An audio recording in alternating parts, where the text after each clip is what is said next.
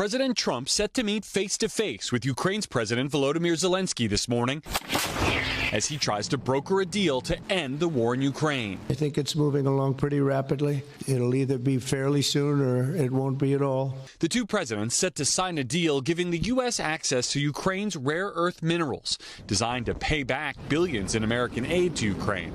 In recent days, President Trump making combative comments about Zelenskyy, including calling him a dictator. Trump hosting British Prime Minister Keir Starmer at the White House Thursday, backpedaling when asked if he stands by that attack on Zelenskyy. Did I say that? I can't believe I said that. Later, raising expectations for today's sit-down. We're going to get along really well, okay? We have a lot of respect. I have a lot of respect for him.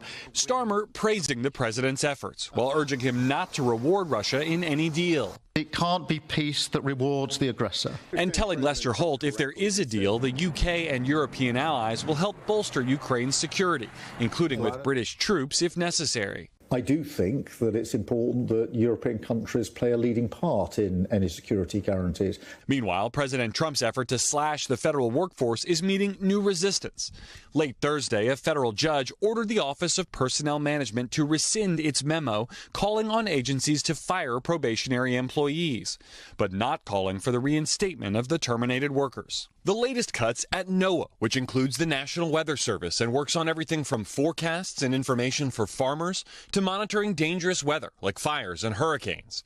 An administration official says the agency has laid off around 600 people while sparing staffers with, quote, mission-critical functions. At the former headquarters of USAID, an emotional exodus. Recently fired workers given just 15 minutes to clear out their desks, including communications specialist Ben Thompson, who blasted the cuts, spearheaded by Elon Musk's Department of Government Efficiency. He's tearing down our institutions for fun. It's a game. It's not public service. The president also said yesterday he will impose another 10% tariff on imports from China and that the 25% tariffs on imports from Canada and Mexico will go into effect next Tuesday. Those costs ultimately borne by American consumers. The president says all three of those countries need to do more to stop fentanyl trafficking into the U.S., but of note, only 0.2% of the fentanyl seized at border crossings last year was at the border with Canada, just 43 pounds in total. Peter? Hey, thanks for watching. And don't forget, you can catch the Today Show every morning on NBC or take Today when you're on the go. Just follow the Today podcast on Apple Podcasts, Spotify, or wherever you listen.